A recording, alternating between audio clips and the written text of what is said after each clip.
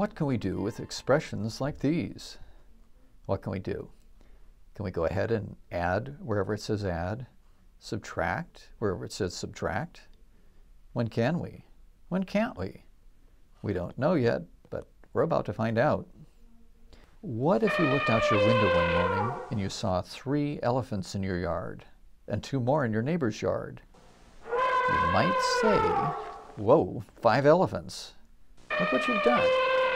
You've counted the occurrences of one kind of widget, an elephant.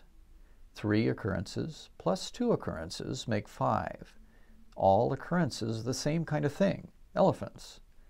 In algebra, it's the same. But we deal with mathematical widgets, and we name them with letters. Then we write them in a phrase called an expression to describe what we want to do with our widgets. In this expression, x is one kind of widget. We count 3 of x, and then 2 more of x, and then we have 5x. X's are just like elephants. And notice this. The answer wasn't just 5. No, we had 5 elephants, or 5 x's, even though all we did was add the numbers. That's because in each case we are dealing with how many widgets we have. And that gives us a basic rule. In algebra, the parts of expressions that you're adding or subtracting are called terms. Whenever you're adding just one kind of term or widget, we call them like terms. Whenever you're adding like terms, just add the numbers and bring the letters along. Always, always. Because what changes is how many of them there are. There were 6 of them, then there were 3 more. So now there are altogether 9 occurrences of x. The numbers without the letters are what we call coefficients. We simply add the coefficients whenever we have like terms, all z, or all y, or all a. Add the coefficients and bring the letters along for the ride.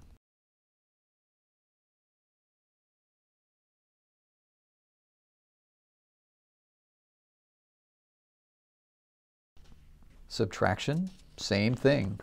In fact, this kind of term, a coefficient times a letter, will follow all the same rules you learn for working with signed numbers in arithmetic. Here's a line for counting. Remember, every dot is one step, one number. Everything you add, everything plus, everything positive, is a step to the right. Adding a positive 2 looks like this. Count off 2 steps to the right. Here are 3 examples of addition. In all 3, we're adding a positive 2, and we take 2 steps to the right.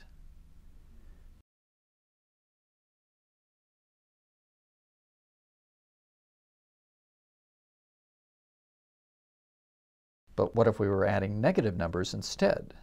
What would you expect? Just the opposite. And that's just what you get. Adding a negative number, here it's a negative 3, takes you back, negative, to the left.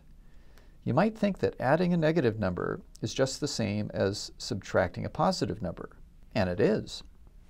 We can write these same 3 examples that way if we want without changing a thing.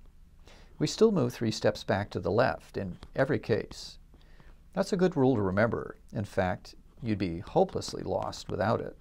Once again, add a negative number, subtract a positive number, same thing, no difference at all.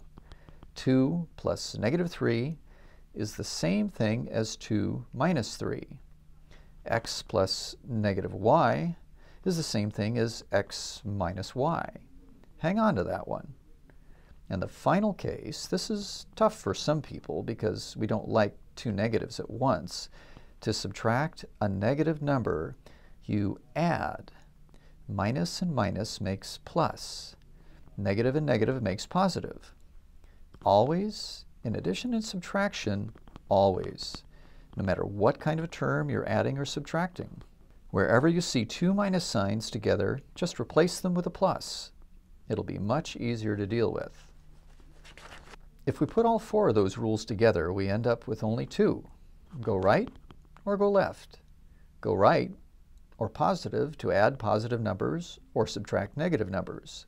Go left or negative to add negative numbers or subtract positive numbers. So what does all this have to do with elephants, widgets, and like terms? It tells you exactly how to handle a problem like this. An algebra expression with several terms. They are all like terms, all w's. So all you have to handle are the coefficients, and you already know how to do that. So first you handle it as a totally numeric problem, all coefficients. Then make sure that you've kept the w wherever it belongs, and especially in your answer. The right answer is 6w, not just 6. But you get the answer by working with only the numbers. W just goes along for the ride because every term of the expression is talking about w's. So, ready to try one on your own? Pause now while you simplify this expression. Watch your signs carefully. Start play again as soon as you've written your answer.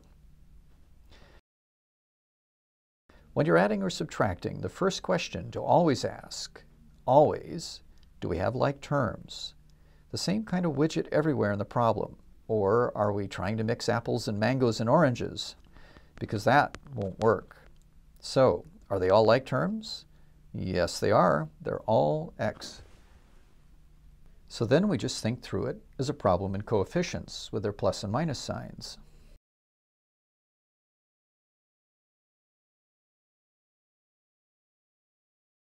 But don't forget to take the x's along all the way.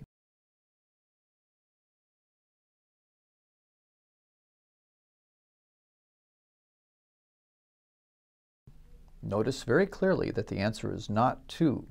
The answer is 2x, because what we're really doing here is counting x's, just as we started by counting the elephants in your backyard. And speaking of elephants, what do you think would happen if we tried to add 3 elephants and 2 tigers? That's definitely not going to work. Elephants and tigers are unlike. They are different, dissimilar, distinct, and they don't get along well. Not the same kind of widget at all. In algebra, we call such things unlike terms, and we treat them much more carefully than like terms. We can't just throw 3x and 2y together and simplify things. X and y are unlike terms, and they don't mix. Same for x to the power 2 and x to the power 3. X squared and x cubed are unlike terms, and we can't put them together. But what if some terms are like and some are unlike? What do we do? Can we simplify the expression at all? What do you think? Think yes and no. No, we can't put the unlike terms together, and yes, we can simplify some by putting the like terms together. A and negative 8a are like terms, so we combine them into a negative 7a. 2b and 5b are like terms, and we combine them into positive 7b. 3c is unlike any other term, so it doesn't change at all. The result, negative 7a plus 7b minus 3c. That's about as simple as we can make it. Here's another one for you to try. Same idea. What would you do with this one? Go ahead, pause the show and give it a try. Simplify the like terms, leave the unlike terms alone, write down your answer, and then let's work it out together.